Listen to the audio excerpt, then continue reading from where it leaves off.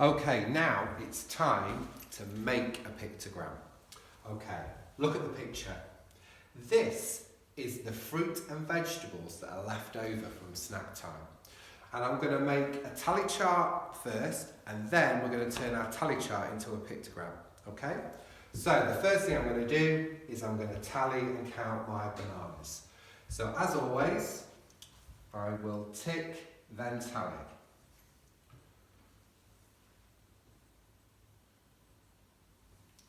Tick, tally. Tick, tally. Tick, tally. Tick, tally. Now I've got to 4 sticks. What do I do now? Can you remember? That's it. Go diagonally. Tick, tally, tick, tally. So how many bananas were left over? That's it. 7. Now I'm going to do the carrots.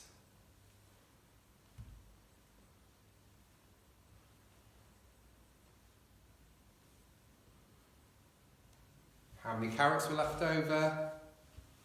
Well done, it was 4. Now I'm going to tally the tomatoes.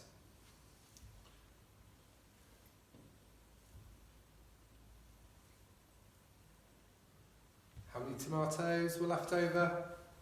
Well done, it was 3. Now I'm going to tally the apples. How many apples were left over? 2. Right, and now I'm going to finally tally the pears.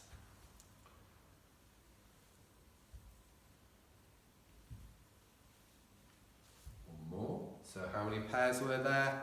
3. Well done. So just have a look at that information there. The leftover fruit. Okay, now we're going to turn it into a pictogram. So this is my pictogram.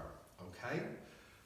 A pictogram showing, what does it show? What information do we want to show? Well, the information was all about leftover fruit. So a pictogram showing leftover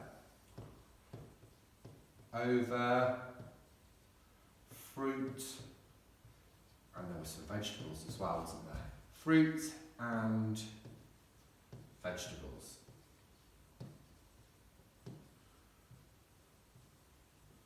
Okay, so this pictogram works in columns. So this column represents the bananas that were left over. This column represents the carrots that were left over. Tell me what this column represents. Yeah, the tomatoes that were left over. What does this column represent? The apples that were left over. And finally, this column represents the pears that were left over. Brilliant. So let's go back to our tally chart.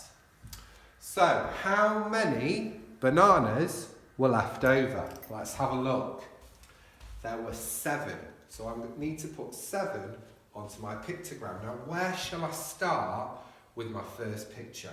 I'm going to start right next to the label. And I'm going to draw the banana, but I'm going to use the box to make sure I can keep them all the same size. Now, I need 7. You shout out stop when I've got enough. 1, 2, 3, 4, 5, 6, 7. Thank you for shouting stop. Now I'm going to make a pictogram of the carrots. How many carrots do I need to draw? 4. That's right. Now, on page. Now where shall I start? Shall I start at the top or the bottom? That's right, at the bottom. Line them all up. So I'm going to draw carrots this time. 1, 2, not easy to draw on here. 3, 4. Have I got enough carrots? Let's check our tally chart. Yes, I've got 4.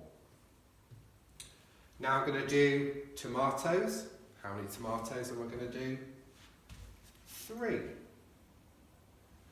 I need to start at the bottom.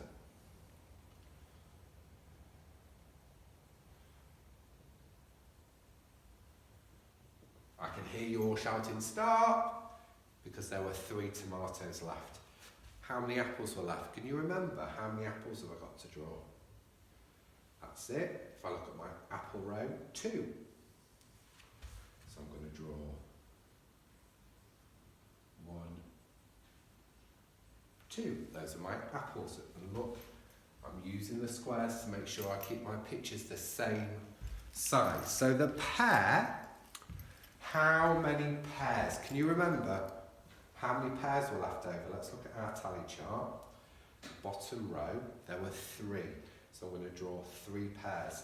Where am I going to start? At the bottom.